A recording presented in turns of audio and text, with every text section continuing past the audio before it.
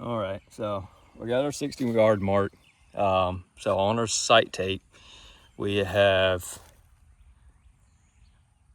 41. I'm pretty much putting them right where I'm shooting. So what we're gonna do now is, you have a bunch of these in your pack.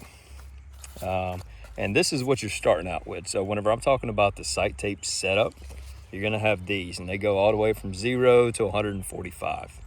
And like I said, you want to get at 20 yards, set it, have your pin on 0, and you're gonna set that sight, that pin at 20 yards, dead on.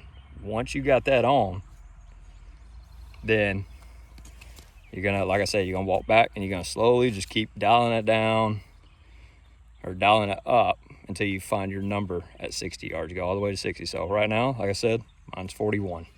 So I'm gonna peel off this 41. And what you do from here, you can just take this, you can just go back up to your 0 point. That's where we started. Remember, that's our 20 yards. So these sight tapes, as you can see it, is that first little notch up there is 20. So what we're gonna do is we're going to turn that all the way back, and our pin should be directly on that 0, which is our 20 yards.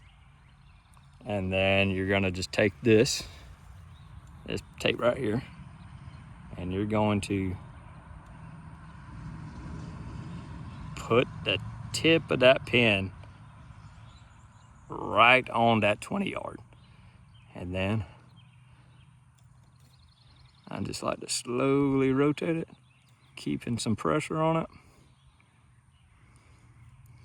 Just getting it straight as I possibly can. All the way around.